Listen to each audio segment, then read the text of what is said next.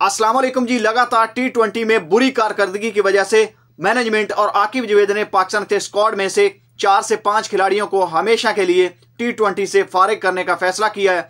इनके नाम क्या हैं और ये कौन से खिलाड़ी हैं और इनकी जगह पर कौन से खिलाड़ी हैं जिनकी पाकिस्तान के स्क्वाड में टी20 स्क्वाड में वापसी हो रही है, उन प्लेयरों के मैं आपको नाम सामने रखूंगा। और इसके अलावा मोहम्मद आमिर की रिटायरमेंट के हवाले से जूं ही खबर आई तो पाकिस्तान के कोच और पाकिस्तान के चीफ सिलेक्टर आकिब जवेद ने मोहम्मद आमिर को रिटायरमेंट लेने से रोक दिया है।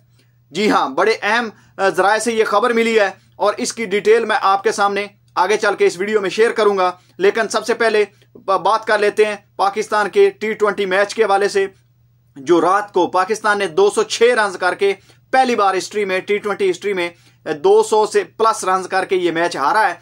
तो इसमें क्या ऐसी वजूहत हैं, क्यों पाकिस्तान ये मैच हारा है और इस हार की वजह क्या बनी है, सबसे पहले इस पर थोड़ी सी बात करते हैं। फिर आगे चल के मैं आपको इन प्लेयरों के नाम बताऊंगा जो ड्रॉप हो रहे हैं, जो पाकिस्तान की स्क्वाड में वापस आ रहे हैं, और मोहम्मद आमिर की रिटायरमेंट के हवाले से भी आपको डिटेल बताऊंगा। बात करें पाकिस्तान के, जब पाकिस्तान ने पहली इनिंग अपनी खेली, टॉस जीतकर बैटिंग का फैसला किया, तो इस फैसले पर ही सवालिया निशान थे। वहां पर मौजूद जो कमेंटेटर थे शॉन पॉलक और इसके अलावा साउथ अफ्रीकन जो साबिक क्रिकेटर्स थे, उन्होंने कहा कि हम हैरान हुए हैं कि इस ग्राउंड पर जो भी टीम टॉस जीतती है तो वो बॉलिंग का फैसला करती है और चेज करने में यहाँ पर आसानी रहती है, क्योंकि जो ये ग्राउंड है इसका रिकॉर्ड देखा जाए तो जितने भी रन हुए हैं 260 रन यहाँ पर चेज हो चुके हैं। 284 रन ये वही ग्राउंड है जिस पर इंडिया ने लास्ट टाइम बनाया था और उनके 2 बैट्समैनों ने सेंचुरियां की थी। ये वही ग्राउंड है और यहां पर पाकिस्तान ने जो आखिरी सीरीज 2021 में जीती थी, बाबर आजम ने यहां पर सेंचुरी की थी और पाकिस्तान ने भी 200 प्लस रन यहां पर चेज किया था। तो जब पाकिस्तान की मैनेजमेंट ने या पाकिस्तान के कप्तान ने बैटिंग का फैसला किया तो सब हैरान थे। जब पाकिस्तान ने चलो बैटिंग कर ही ली तो साइम अयूब ने 57 बॉलों पर 98 रन की नॉट आउट जबरदस्त इनिंग खेली और अनफॉर्चुनेट वो अपनी सेंचुरी मुकम्मल ना कर पाए। और इसके अलावा अगर दूसरे बैट्समैनों की कारकर्दगी पर नजर डाली जाए तो हमेशा की तरह पाकिस्तान की मिडिल ऑर्डर फ्लॉप रहा है, जिसमें से सिर्फ बाबर आजम ने 20 बॉलों पर 31 रन बनाए और उन्होंने तेज खेलने की कोशिश की। और इसके अलावा जो पाकिस्तान के लोअर मिडिल ऑर्डर बैट्समैन है इरफान खान नियाजी, उन्होंने तेज बैटिंग करने की कोशिश की और उन्होंने 16 बॉलों पर 30 रन की शानदार इनिंग खेली। और लग रहा था कि ये तीनों बैट्समैन सिर्फ पाकिस्तान के टी20 के बैट्समैन हैं और बाकी की जितनी भी बैटिंग लाइनअप है वो लग रहा था कि एक क्लब लेवल की बैटिंग लाइनअप है और ये टी20 के लिए बिल्कुल डिजर्व नहीं करते। और अगर दूसरी तरफ देखा जाए तो ये साउथ अफ्रीका ने टारगेट 3 बॉलें बाकी थी और चेज कर लिया। और बॉलिंग परफॉर्मेंसेज में देखा जाए सिवाय जहांदाद खान के, उन्होंने 2 विकेटें शुरू में आकर निकाली और उन्होंने वो काम किया जो शाहीन अफरीदी करते थे, लेकिन शाहीन अफरीदी और हारिस रऊफ वो काम ना कर सके और उन्होंने अपने 8 ओवर में 94 रन कंसीड किए, यानी कि 94 रन उन्होंने खाए 8 ओवर में। तो फिर इससे आप अंदाजा लगाएं कि अगर आप अपने सुप्रीम बॉलर खिलाकर भी इतने रन कंसीड करेंगे तो 200 प्लस रन क्या 250 रन भी चेज हो सकता है। हारिस रऊफ अपनी फॉर्म में वापस आ गए हैं और रूटीन में वापस आ गए हैं कि जैसे वो पहले पिटते थे और अब उन्होंने दोबारा पिटना शुरू कर दिया है। छक्के पे छक्का खाते हैं और उनको समझ नहीं आती कि मैंने बॉल कहां पर करनी है। और मुझे ये लगता है कि हारिस रऊफ सिर्फ ऑस्ट्रेलिया में कामयाब हो सकते हैं, जहां पर भी थोड़ी सी भी बैटिंग पिच होगी हारिस रऊफ वहां पर सुपर फ्लॉप रहेंगे और रन मशीन कहलाएंगे। तो मेरा यह ख्याल है कि पाकिस्तान की मैनेजमेंट को इसके हवाले से कुछ सोचना चाहिए, या तो हारिस रऊफ को अपनी बॉलिंग बेहतर करनी चाहिए या फिर टी20 में हारिस रऊफ की जगह किसी जो वो कारआमद बॉलर को टी20 टीम में शामिल करना चाहिए। अगर दूसरी तरफ आप देखें तो आपने 2 यंगस्टर खिलाए हैं जिन्होंने 2-2 मैचेस खेले हैं, जिसमें जहांदाद हैं और अबरार अहमद हैं। उनके आप बॉलिंग स्टैट्स उठाकर देख लें तो आप हैरान रह जाएंगे कि आपके जो मेन बॉलर हैं उनको कितना कुटापा पड़ा है। अब बात कर लेते हैं पाकिस्तान के उन खिलाड़ियों की जो पाकिस्तान के स्क्वाड में ड्रॉप हो रहे हैं और जिनके बारे में मैनेजमेंट और आकिब जवेद ने यह फैसला कर लिया है कि अब ये पाकिस्तान के स्क्वाड में नहीं रहेंगे। इनमें जो पहला नाम है वो कप्तान मोहम्मद रिजवान का है। मैंने आपको पिछली वीडियोस में भी बताया है कि कप्तान मोहम्मद रिजवान और बाबर आजम के लिए ये आखिरी सीरीज है और उनको ये बता दिया गया था कि अगर आप यहां पर परफॉर्म ना कर सके, और इनकी सिलेक्शन बहुत मुश्किल से हुई है कप्तान मोहम्मद रिजवान को तो इसीलिए रखा गया क्योंकि वो कप्तान थे, लेकिन उनको ये अंदर खाने मैसेज कन्वे कर दिया गया था कि ये आपकी आखिरी सीरीज हो सकती है एज ए कैप्टन और एज ए प्लेयर। लेकिन उन्होंने बजाय कि वो अपनी परफॉर्मेंस दिखाते, उन्होंने ये शो किया कि मैं T20 का प्लेयर नहीं हूं, मुझे आप T20 से ड्रॉप करें।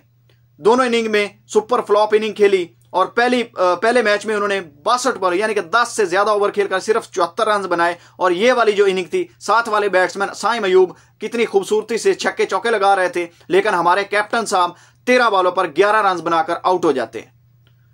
अब उनकी जो पाकिस्तान की T20 टीम में है, वो जगह की जो सूरत है वो खटाई में पड़ गई है और अब वो पाकिस्तान के आइंदा T20 के स्क्वाड में आपको नजर नहीं आएंगे। इसके अलावा जो दूसरे बैट्समैन हैं वो उस्मान खान है, और उस्मान खान वो बैट्समैन है जिनको T20 में पाकिस्तान इस नजरिए से लेकर आया था कि वो PSL में उन्होंने 2 सेंचुरियां लगाई और जबरदस्त बैटिंग की, तो उन्होंने सोचा कि हो सकता है कि ये पाकिस्तान के लिए भी अच्छा खेले। और इसके अलावा उन पर पाबंदी भी लगी UAE से भी, और इसके अलावा पाकिस्तान ने भी उनको बहुत जो वो लगातार मौके दिए, पर उस्मान खान ने पाकिस्तान की मैनेजमेंट और पाकिस्तान के फैंस को बिल्कुल नाराज किया और अपनी परफॉर्मेंस बिल्कुल लो लेवल की दिखाई। उस्मान खान कहीं से भी ये नहीं दिखते कि ये इंटरनेशनल मटेरियल है, और आप उनकी शॉट्स और उनकी टेक्निक देख लेंगे तो आप हैरान रह जाएंगे। ना सिर्फ उनकी बैटिंग में टेक्निक पुअर है, बल्कि उनके कैचिंग में भी टेक्निक घटिया है, बहुत पुअर है।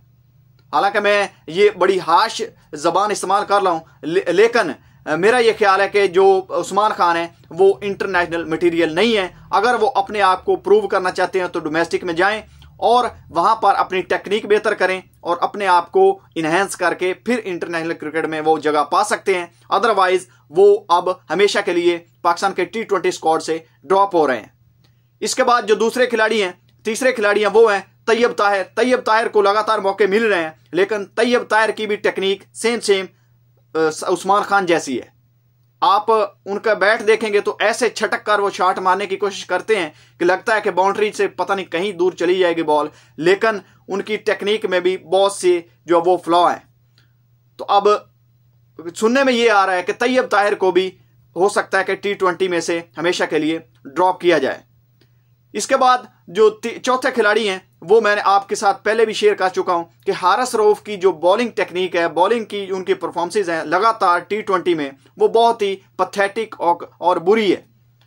जहां पर भी आपको पता है कि जो भी T20 के मैचेस होते हैं ज्यादातर बैटिंग पिचेस पर होते हैं, क्योंकि जो वहां के बनाने वाले होते हैं क्यूरेटर वगैरह, या जो भी टीमें सीरीज खेलती हैं वो यही चाहती हैं कि आवाम को इंटरटेन किया जाए और ज्यादा से ज्यादा रन्स बने, तो बैटिंग पिचेस बनाई जाती हैं। और वहां पर आकर हारिस रऊफ नाकाम होते हैं बुरी तरह और बहुत ज्यादा पिटते हैं। तो इसलिए हारिस रऊफ पर एक भी क्वेश्चन मार्क है कि क्या वो आगे आने वाले वक्त में अपने आप को T20 में जो वो डाल पाएंगे। मेरा नहीं ख्याल कि वो अपनी जो लगातार 2 साल से परफॉर्मेंसेस दे रहे हैं T20 में कि अपने आप को T20 में दोबारा वापस लेकर आ पाएंगे।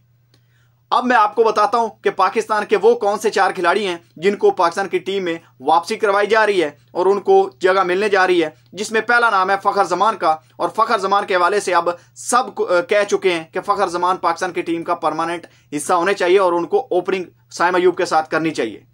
और अब मैनेजमेंट ने जो है वो होश के नाखून ले लिए और फैसला ये हुआ है कि फखर जमान को अगली सीरीज में वापसी कराई जाएगी और वो पाकिस्तान की टीम का हिस्सा होंगे। और इसके बाद जो दूसरे खिलाड़ी हैं वो मोहम्मद हारिस हैं। उस्मान खान की जगह पर मोहम्मद हारिस को जगह मिलने वाली है।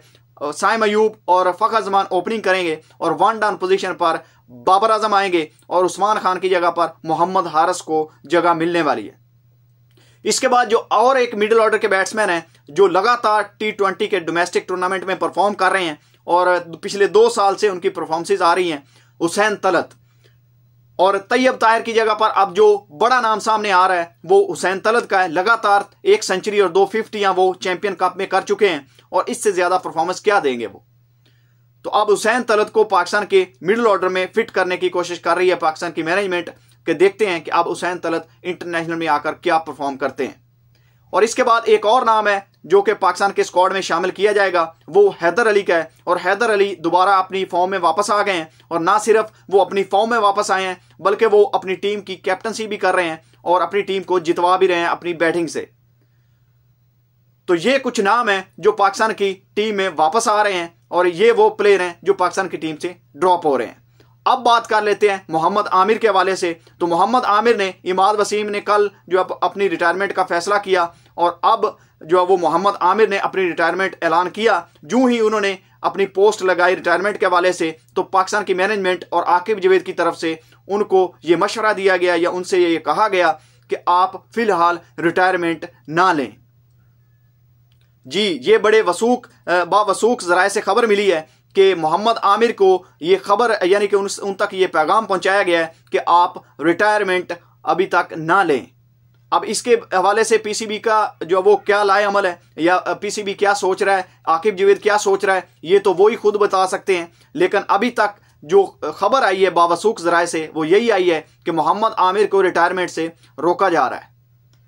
तो ये पाकिस्तान के मोहम्मद आमिर के फैंस और पाकिस्तान की क्रिकेट के लिए अच्छी खबर है कि अगर मोहम्मद आमिर को रिटायरमेंट से रोककर पाकिस्तान की जो मौजूदा बॉलिंग परफॉर्मेंसेज आ रही हैं, इनको देखते हुए दोबारा पाकिस्तान के T20 टीम में उनको शामिल किया जाए तो ये पाकिस्तान के लिए बहुत अच्छा होगा। तो दोस्तों, वीडियो अच्छी लगी तो वीडियो को लाइक करके जाइएगा और चैनल पर पहली बार आए तो चैनल को सब्सक्राइब करके जाइएगा। मिलते हैं किसी और वीडियो में, तब तक के लिए अल्लाह हाफिज।